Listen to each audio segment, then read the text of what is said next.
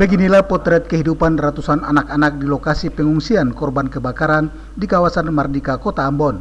Anak-anak ini sementara hidup di tenda-tenda darurat yang disediakan pemerintah kota. Sangat miris memang jika kondisi seperti ini dibiarkan berlarut-larut karena akan membawa dampak buruk bagi mentalitas anak ke depannya.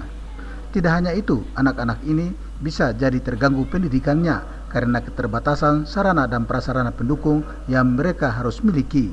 Orang tua murid yang mengalami dampak langsung peristiwa tersebut berharap pemerintah dapat memberikan akses dan bantuan kepada para korban kebakaran untuk mendapatkan kehidupan yang layak.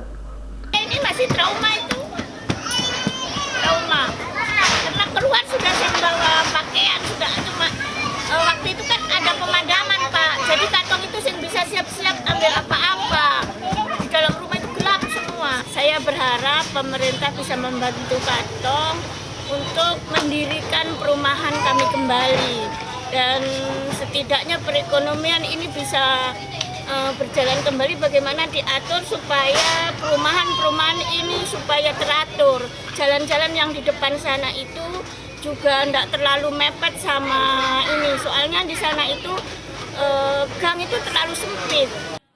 Anak-anak yang hidup bersama orang tua mereka di tenda-tenda darurat diharapkan dapat memperoleh pelayanan maksimal, baik kesehatan, kebutuhan makan minum, maupun pengadaan aksesoris untuk belajar mengajar di sekolah. Mereka adalah harapan dan masa depan bangsa untuk mengisi kemerdekaan. Abu Sahubawa, Berti Opir, melaporkan.